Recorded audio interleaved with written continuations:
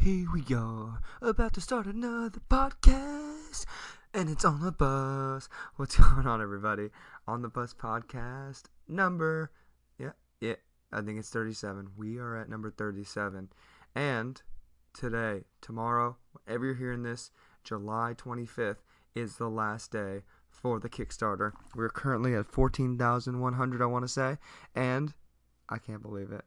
And I'm so ecstatic. I'm so happy, and I can't believe everybody who's contributed, everybody who's pledged, strangers, friends, family, everybody who's helped support and pledge in this message, in this trip. I'm fucking so amped. I'm so hyped.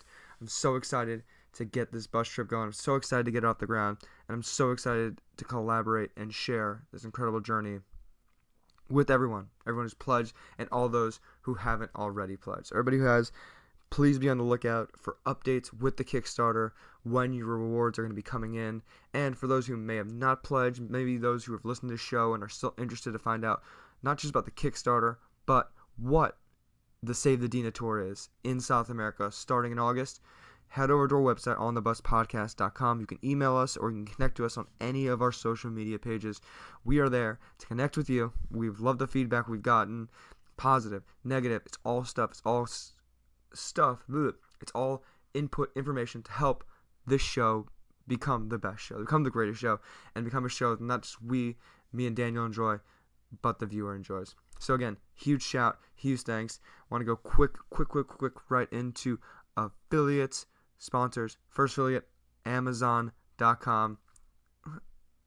Tell me, just think if you know someone better. Know a company better, better customer service. First of all, if you don't like something, if you want to return something, there is no better customer service resource. Amazon is them. And I think my girlfriend, she was sick, she was enjoying something, got on Amazon, shipped it to her. She doesn't even live in the same state as me. That's how good it is. They are the best. Same day delivery, bam, got her what she needed, got it there, not even in the same state. And best part is, you can shop on Amazon through our portal at onthebuspodcast.com. Thanks to everyone who has shopped through there. Please continue to shop through there. Amazon loves it. I don't know if we love it. I can't say if we love it or not, but it's the ticket. It really is. So again, onthebuspodcast.com. Click on that big bright Amazon portal. It's right in the Kickstarter, and check out that new website while you're at it. Brand new, designed, and it's Big Cat approved. Next up, we got Green Roads World. Green Roads World, the largest CBD manufacturer, pharmaceutical grade CBD in Florida. Normally you just say South Florida. South Florida usually up on the up and edge on the state of Florida. Doesn't really mean a lot for the state of Florida, but they have the largest and the best CBD product, pharmaceutical grade. I've been to their warehouses. I've been to their labs. They make the greatest shit. And it's the greatest because it's going to help heal inflammation. It's going to reduce inflammation. And inflammation is the number one proponent. It's the way our bodies battle and counteract any pain, any sickness, any disease that we get. Inflammation is what builds up. And you don't want too much inflammation. You got to be able to deal with that inflammation. You got to reduce the inflammation. And nothing's going to do that better than the delicious, sweet, goody gumdrops over at Green Roads World. From tea to coffee to regular CBD drops, if you love the taste of it. If you don't love the taste of it, it's not something you do, they're going to have something that's before you, whether it's a gummy, whether it's the frogs. The frogs are big. The frogs are delicious. And it's great for sleep. They'll add some with a little bit of melatonin, and bam, you're not just waking up better with a good night's sleep, but you're feeling better in the morning. So head over to Green Roads World, and again, you're going to use promo code ONTHEBUS, lowercase one word, for a 30% discount. I kid you not, 30%. And one more time, Green Roads World. And again, you can see that on thebuspodcast.com as well. Now, we're going in. We're jumping into today's episode. We got Joe Stapleton, a.k.a. Stapes, poker commentator, comedian for PokerStars. PokerStars.com. I think they have a television show now. I'm pretty sure they do. Joe has been commentating since 2005, during the recent 2012, when a lot of the American government put a tax or said that all these poker companies had to pay tax, Joe spent a lot of time over in London. We get over on that in the show. And we also talk about Joe's past within the podcast community, how he was a very, very, very early adopter of the podcast. I don't know if you call it art. Technology? Hopefully we cover that on the show.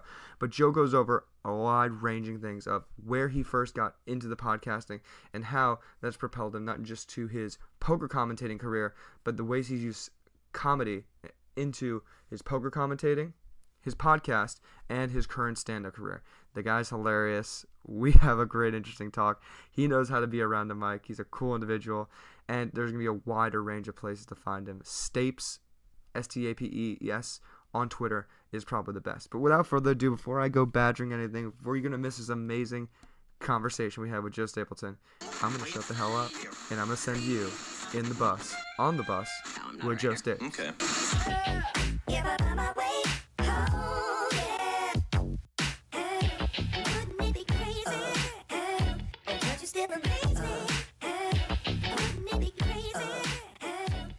No, we won't. So Stapes in the house. Yeah. First person to be drinking beer and coffee right there. But you got your bulletproof. Did you throw anything else in that coffee? I put some of that TBD oil, to be determined oil, under my tongue. It should be called TBD actually, because they're like, I don't know what it is. Just tell me later. It's to be determined what I put on there. Shout out to Green Rose World for the delicious TBD oil. Shout out to Green Rose World. Did I get that right? Yeah, that's the one. Fantastic. I expect that $5 check in the mail. I'm really glad, by the way, guys, that this podcast turned out to be what it is, because I was walking over here and I was like, I don't even know what I agreed to. Like, this could have been like a white supremacist podcast. I'm just like sitting here being like, oh, nice sheets, boys. We give off a lot of illusions. KKK is one of the things we're trying to give off. Ku Klux Klan podcast. Just break, because you don't want to get rid of anyone of the audience at this point, right? You want to be inclusive, not exclusive. KKK members welcome. Don't give away anything. We need everyone here. If you're out desperate. There's a show just for you, and here it is, Stapes. On the bus or off the bus? On the bus, yeah. You guys, what a great idea. I hope it's, we're not in a bus right now. Spoiler alert. But I'm looking forward to hearing about what you guys get from the road. Are you interested in joining us on the road? I am, but I'm like, you never heard of like, well, this is LA, right? This is the town full of empty promises. So yeah, of course I'm going to join you guys on the road. I would love to. We don't believe in promises here. Okay, that's good. No, I mean, obviously, the answer to your question is yes, I'm interested in joining you. There we go. Do I think that it's even remotely possible? Probably not. But you know what? Let's talk afterward, and if stars align, I'm a crazy person. I got a lot of crazy stories. So we do crazy. I've done way stupider shit than flown halfway across the world to ride on an RV with two guys doing a podcast. Yeah, the bus is going to need live announcements from the road. What is the stupidest thing? If by live announcements you mean like a lot of bean farts, then I'm happy to contribute. On the loudspeaker, you can fart on it, whatever's needed. The megaphone speaker that's going to be on the roof. But back to the stupidest thing you've ever done then. I do a lot of really stupid dating things. Like I'll meet a girl in another country and then fly her in to like hang out for a month, like after having spent a night with her. Doesn't sound stupid at all. Oh my God, it's the worst because it's like done multiple times too. Yeah, like I don't learn my lesson either. Like a light addiction. Oh my God, I have a ridiculous addiction, and people there's a lot of people that won't like recognize sex addiction as a thing, and I will tell you, no drug is easier to get than a sock. All right, I can feed my sex addiction anytime I want. Just anytime there's a sock on the floor, that's all it takes for me to get turned. I'm just kidding. I'm not turned on by the sock. The sock is often used for cleanup. Yeah, but do you have a better method? I can tell you're disapproving of this. Masturbation's become so boring. Either the porn just not doing it. Just have to have a woman there. See, this is my philosophy is the exact opposite. Where I've gotten to the point where having sex with a woman is barely better than porn. Really? Oh yeah, especially because, look, the Tinder year has been really good to me. And so it sounds really awful. I would really like a connection at this point. Would be good. I think would be something more worthwhile. But at this point, like, remember that scene in Something About Mary, where he's getting advice about going out with Mary, and his friend's like, you gotta jerk off first. You gotta jerk off. You gotta jerk off, which leads to the hair gel scene or whatever. if I jerk off before a date now, I don't go. No, likewise. I'm just like, what am I going for? Like, My I'm interest good. is gone. I get Yeah. excited for the date and then jerk off and then don't go on the date. Right, that's what I'm saying. Like that's what I mean. Like, so if masturbation really is like that much worse than real sex, we would all just not masturbate and then go on the date. But like, it's pretty fucking close, and it has none of the drawbacks of actual sex. I think you just know your body too well at this point. Oh my god, yeah. There's no chance anyone can get me off, other than me. That's it. I actually watch so much porn at this point that I can only climax if a girl has a cursor over her face. That is, I'm just, that's it's just close one eye and pretend that this is on a screen. For me, it's this is like a completely different person. It's like a completely different woman. The right stranger. now. No, the left hand. Yeah. You're going right hand so long, you bring that left hand out. It's like, who are you? No, I'm You're mad doing- at the left hand. I'm like, get out of here. You don't know what you're doing. Where's my regular? I started growing up right, and then around 13 switched over to left. And Really? yeah, wait, this is a conversation. That's a good move. You know why? Because my penis has a slight bend to it now because I've been masturbating with only my right hand for like fucking 20-something years. So there's ever so slight, like you would need like a laser guided to tell, but there's like a slight curve to it because of the way my right hand grips it.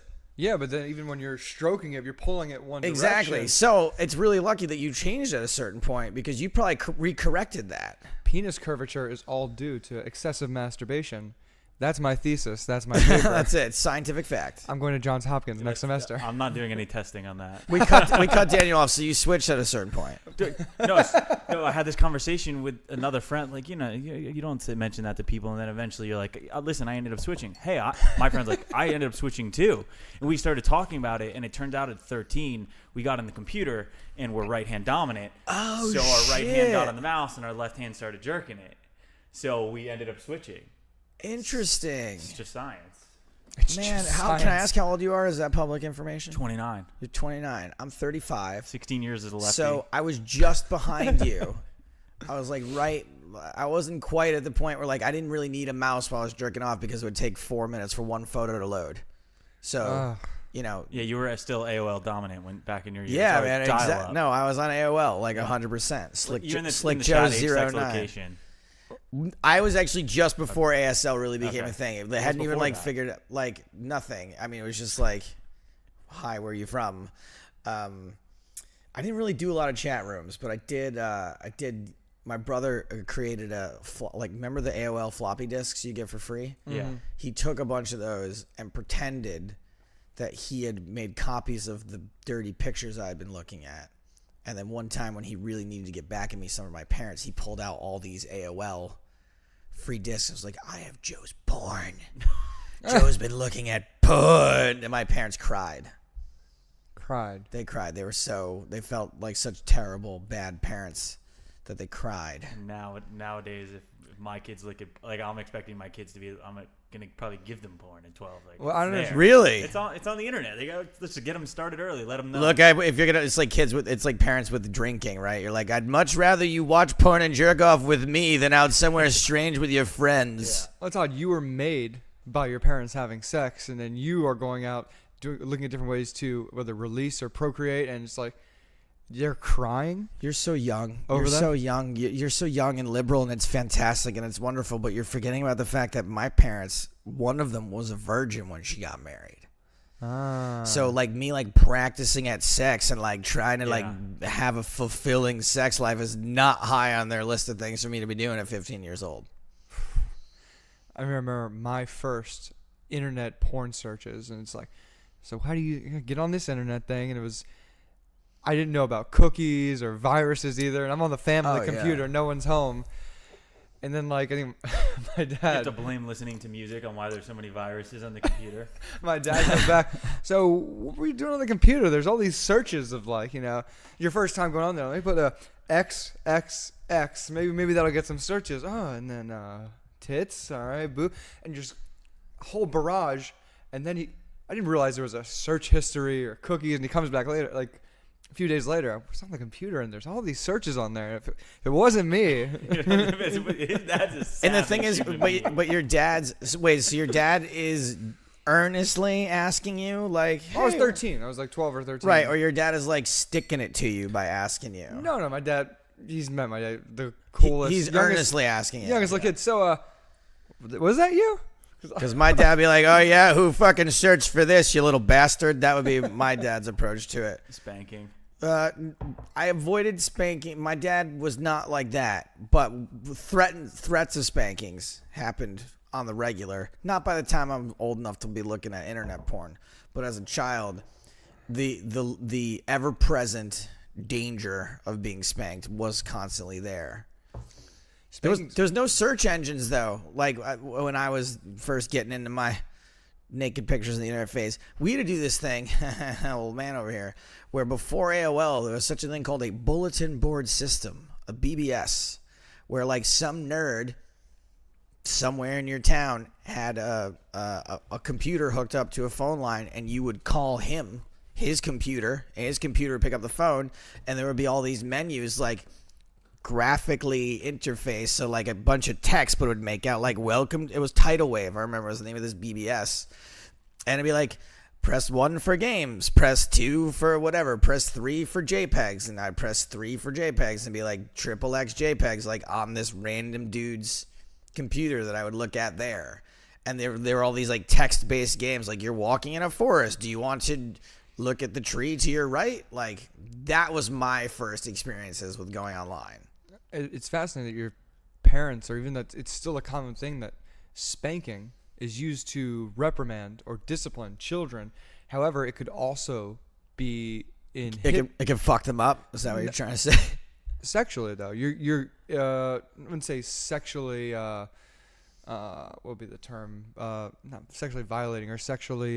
stimulating. It's sexually stimulating. Or it can give you like a spanking fetish potentially later on. Or even that you like BDSM, you like getting hit, you like getting smacked and slapped.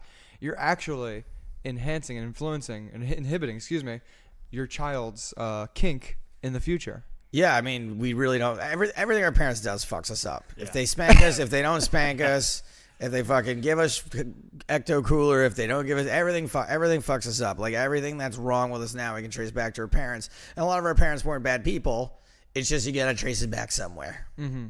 It's that quote, we didn't know any better. That's usually what you'll hear. Like, I didn't know better now, but people are still fucked up. Everyone's got social anxiety now, right? Like everyone's like, have you met anyone your age that hasn't complained about anxiety at some point? Me. You guys, you don't do anxiety. That's great. That's wonderful. Almost everyone I know. Him, not me. Right. So you have it, right? You've felt the quote unquote feeling of anxiety. All I can think about is like, if we go back to the 1800s, right, to like a doctor's office, and there's like a dude, he's sitting in the waiting room, he's got like an arrow through his chest. Mm-hmm. And there's like another guy's got like a gunshot wound in his hand, and the doctor's going around. He's another guy's got like tuberculosis. Finally gets this one guy, looks fine. He's like, hey, what seems to be the problem? He's like, oh, I'm really anxious. I feel awkward in social situations. He'd be like, get the fuck out of my office right now. There's a guy with an arrow in his fucking chest, and I'm sorry, you feel uncomfortable in social situations? Get the fuck. But that's us now. Like, oh, I don't like leaving the house. Can Postmates deliver a party to me? If they could deliver parties, then I wouldn't be socially anxious. These kids say, when you were telling me about what this podcast is about, and I was like, oh, it's like young people. But if I tell you about my career path and how I got to be where I am, like, it's not really popular advice these days with young people. How so? Why don't you go ahead and start and give the people a little background about yourself? Okay, so what I do for a living now is I do poker commentary on television. The main company I work for is a company called PokerStars. They used to do a show called The Big Game, which was on Fox here in America, and I got my big break hosting that show. And the government in 2011 banned online poker. And I had a show on Fox and a show that was due to premiere on ESPN. This government ruling came down on a Friday. By Monday, both of my shows were pulled off the air 72 hours later. I was fortunate enough that PokerStars, who's producing my show, said, hey, we're leaving America. It's clear the government doesn't want us there and we got to go. But we still do programming in several other countries around the world in English language, and that's done out of London. Do you want to work on that instead? And I said, hell fucking yes. I was on TV for like a minute. I thought my career was over, so I said yes. and a lot of things happened. I moved to London for a little bit, whatever. I'm back now. But that's my main job, is doing poker commentary on TV. I do another show here in the States on CBS Sports called Poker Night in America. And I do I moved here to Los Angeles, though, because I wanted to be a comedy writer. And I worked for this TV show here called Mad TV. Oh, I remember that. Is Yeah. it still on? It's not still on. It got canceled in 2009, and then they brought it back for one season this past year on the WB. But I rose the ranks there very quickly, but not as a comedy writer, on the production side. So I became a production coordinator by the time I was 22 years old, and I was making like 60, 65 grand a year, and it was fucking fantastic. But I wasn't really writing because I was working super hard, and then on the weekends I had money to do what I wanted, so I didn't really write. And nobody at Mad TV really gave a shit that I wanted to be a comedy writer. Like, they didn't really care. So if I could give the first piece of advice to give to people is that, like, I was one of those folks that didn't believe in pushing my own agenda. I went into work. I did my job. I never talked about wanting to be a comedy writer. I never went and tried to, like, if someone asked me, I would tell them.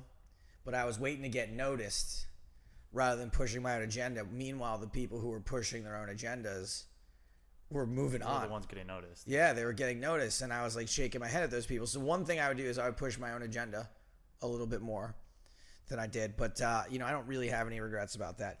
And I got very lucky that I took a job as a reporter, a tournament reporter for the World Series of Poker in 2005, and I was like the funny poker writer for a minute, and my bosses hated it. They were like, "Look, this is not Mad TV. This is poker. This is serious." And I was like, "Look, you're making a big mistake. Poker's boring, and if you want to, if you want people to be interested in poker, you gotta make it interesting.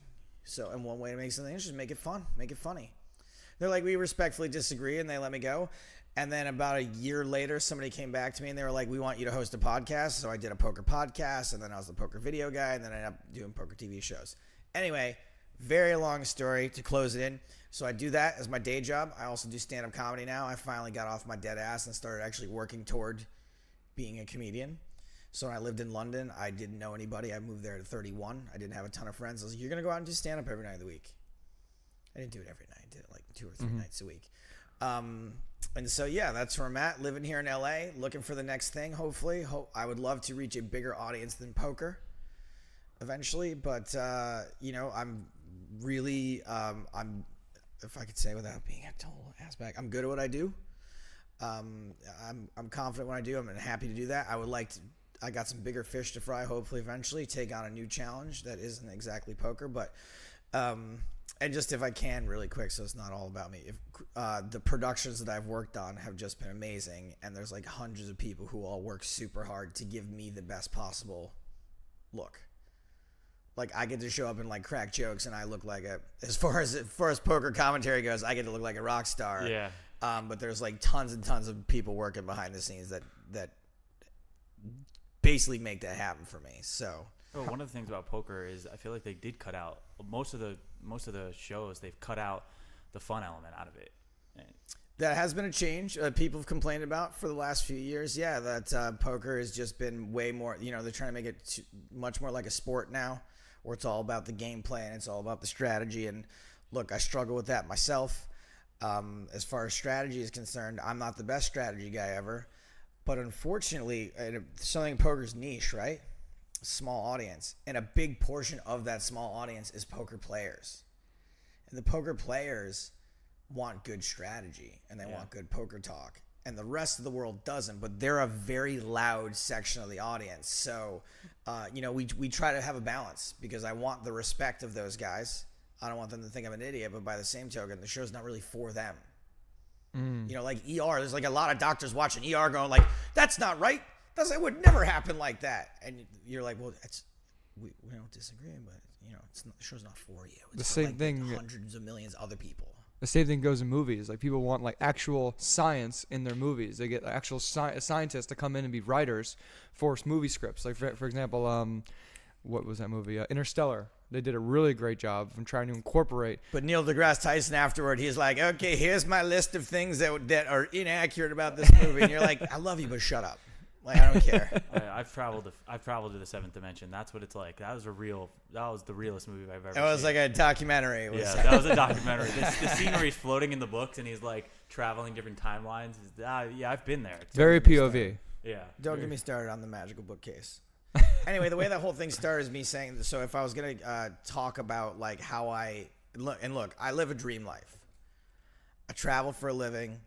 I have 350,000 frequent flyer miles that I use to fly various friends all over the place to come hang out with me. So I use them all the time. I get to be on television. I get to make jokes. I've got a really great. I live here in Los Angeles, where most of the time I don't do anything. So, and the advice that I thought that maybe wouldn't go over that well with guys your age is, and all I can say is how I got to where I am. I never said no.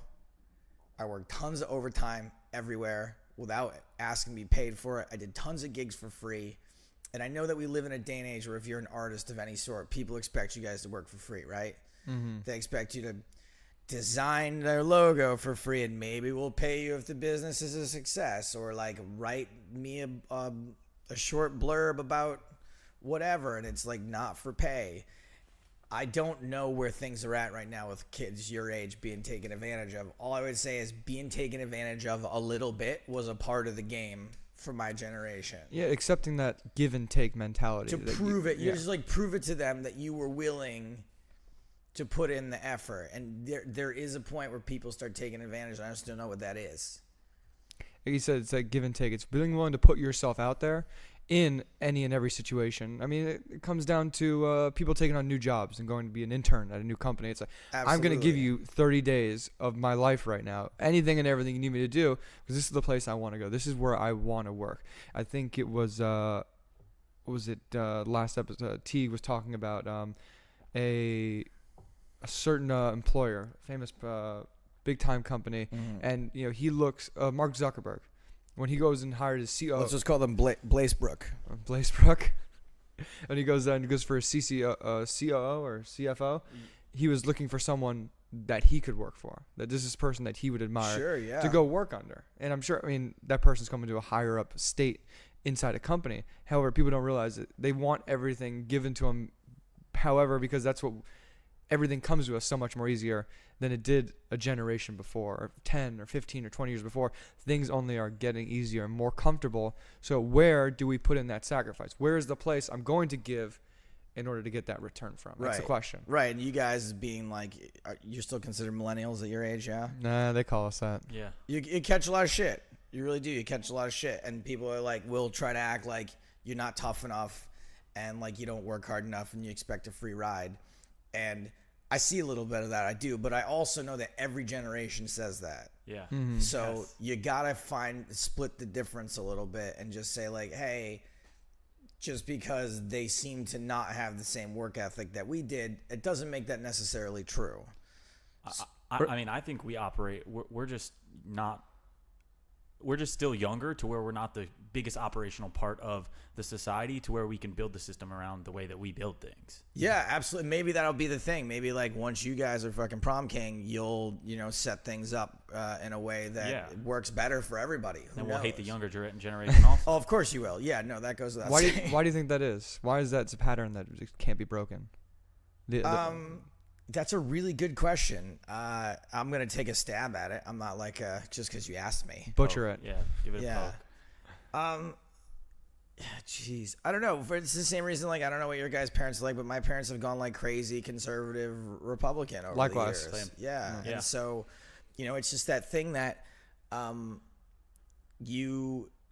think one reason why is that people that we're all getting better at this is that when I say we live in I was talking to you earlier about the fact that we live in a bubble, and this has all been talked about a lot, but everybody lives in a bubble. Okay? We've got our bubble, and our Republican parents have their bubble. And I almost feel like, yes, of course, like we get into it. And I sometimes feel hatred, not towards my parents specifically, but towards people that have differing viewpoints of me, especially one that's on the conservative side of things. I really get heated by this, but I try to remind myself that like all they know is their experience. Exactly. And so, and I think that to sort of answer your question, the reason why it's because all we know is our experience, and like that becomes our reality eventually. is being like, oh, my experience is that I worked super hard. There's very few people who will roll up here in your guest booth and go, I didn't work hard at all to get here. I just fucking got lucky as shit. I have no talent. I'm just super lucky. I just went on and on about how I did this. Like, I have this theory about being poker funny and blah, blah, blah. And I did all these jobs. Like, everybody thinks they worked hard. It's just built. Nobody is ever like, oh, you know what? I didn't really contribute very much. I don't deserve this at all. Even though we have, the internet, we think we're even more connected than we ever have been. And we have all these technologies in order to connect us. We, like you said, we still can't share those experiences. It seems like there's nothing there. The only thing that seemed to work for me, and you guys are going to be doing it, is traveling.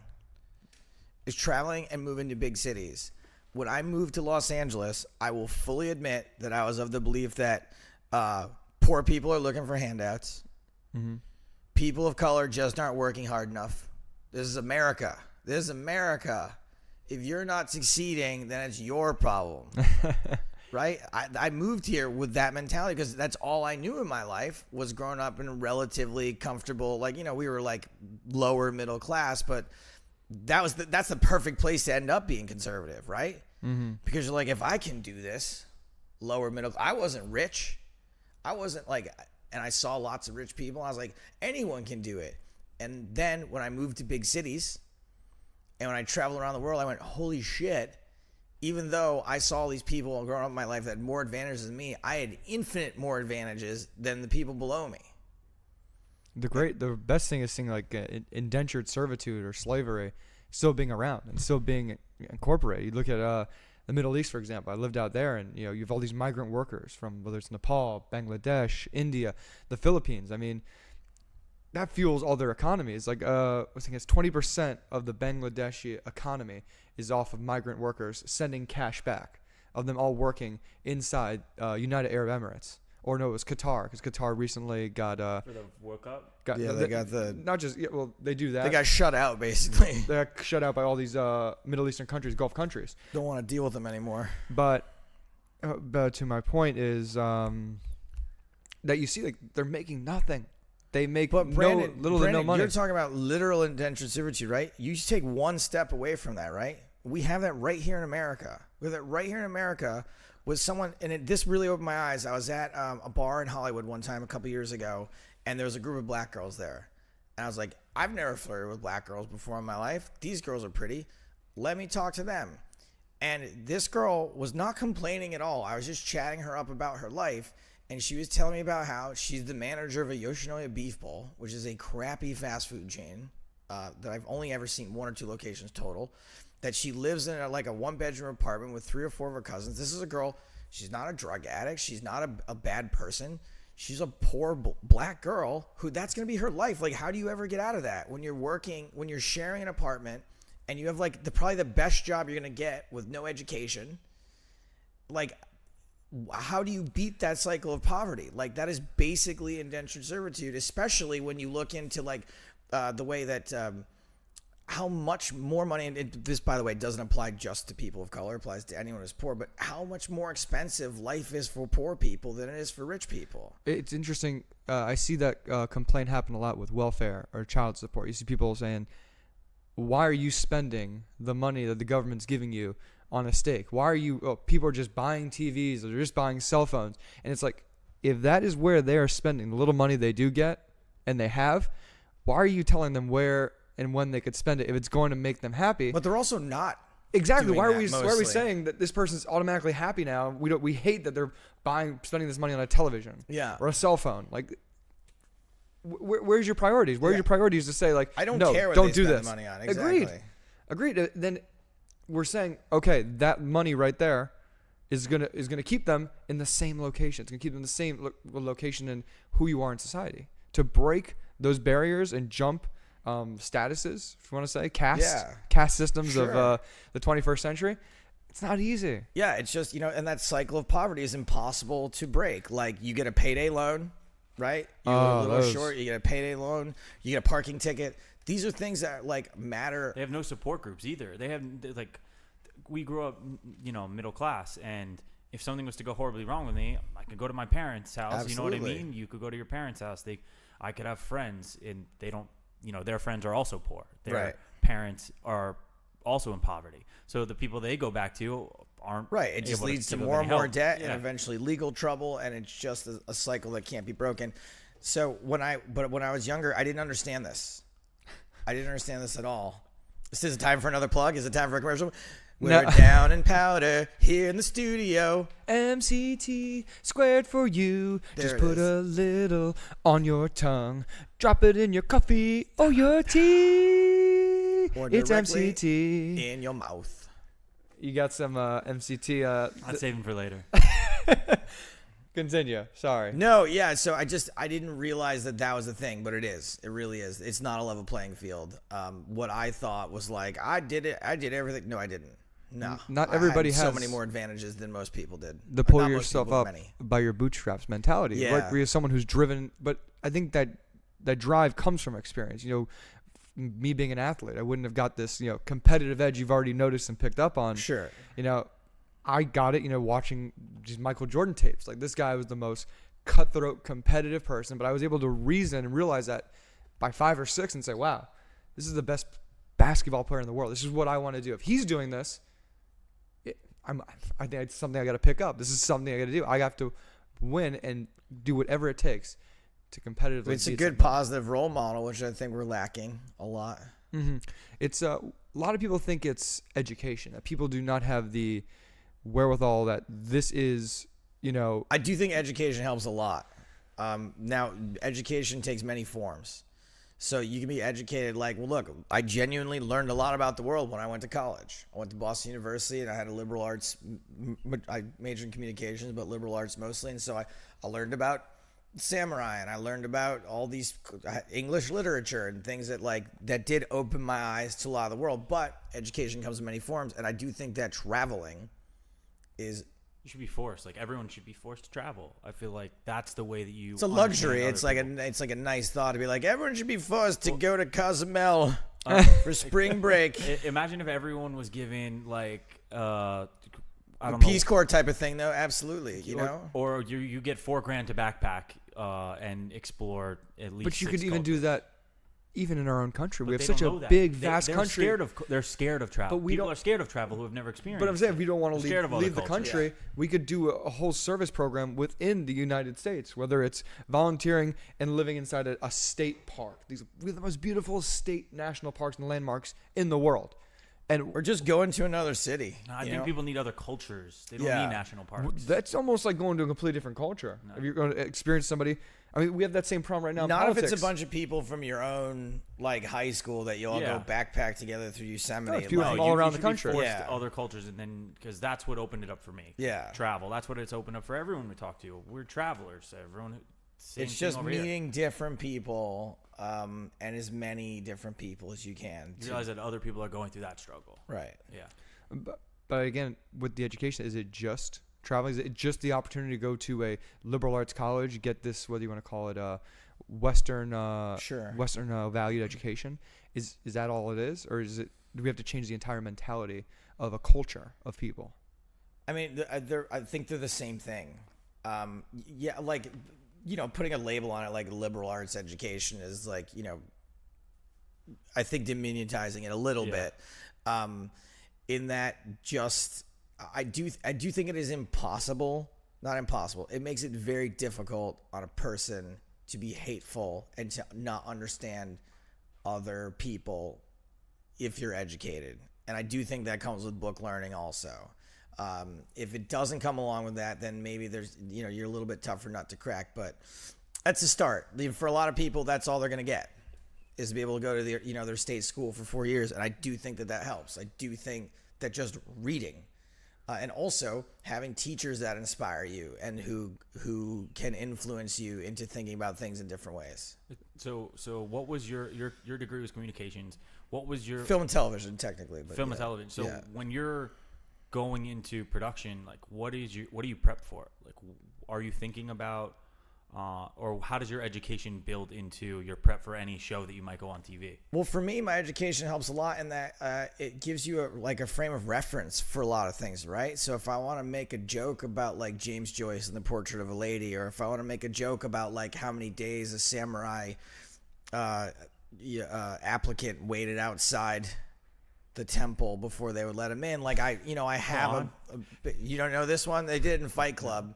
It's like they ring the doorbell and they're like, please admit me to your temple. And they're like, no, get the fuck out of here, go away. And they slam the door in your face. You're too blonde.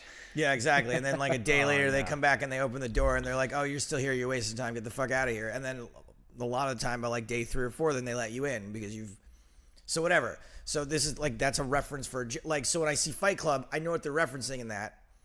And so I think that, that education has helped me to just have a great basis of knowledge to base jokes on. If you don't know a lot of things, it's hard to make jokes. It's hard to understand jokes. And so, that, and, also, for my preparation and just, I was fortunate enough to take some great communications classes where they teach you how to get your point across with a minimal number of words in your writing. So it was like the word that, for example, right? Like you can pretty much take the word that out of any sense that you're writing. It's so hard to actually though, to actually optimize language because you can understand that you can go back and listen to your podcast and know that things are, oh, I should have said it like this. I should have said it like that. When I was in the moment, why was I saying, why wasn't I doing that? He's counting the ums or the likes during the conversation. No, that's. Oh, that's? Yeah. So how do you optimize that, even if you're aware? The count's at 4. That's okay. That was a reference to an actual thing. Yeah, and again, it's like anything else. It's practice and training. And when I did my podcast, I had tons of Virgil. What the fuck is Virgil? Virgil Green. I was trying to say verbal. I had tons of verbal crutches. I would say like a lot. I was really guilty of saying the word literally, like constantly. I was constantly saying. You don't look like a literally type of guy. I know. Well, I was also much younger then too. So, I was in my late 20s, very early 30s. And that came from, and I hated doing it. And my co-host was like, you need to listen to the shows. I know that it's a waste of your time, sort of, because you've already been there. You've already done that. You need to listen to the shows, and you will hear these things that don't sound good. You're great. Don't get me wrong. You're great. But you listen to the shows, and so you go back and you listen. You go, oh, I hate listening.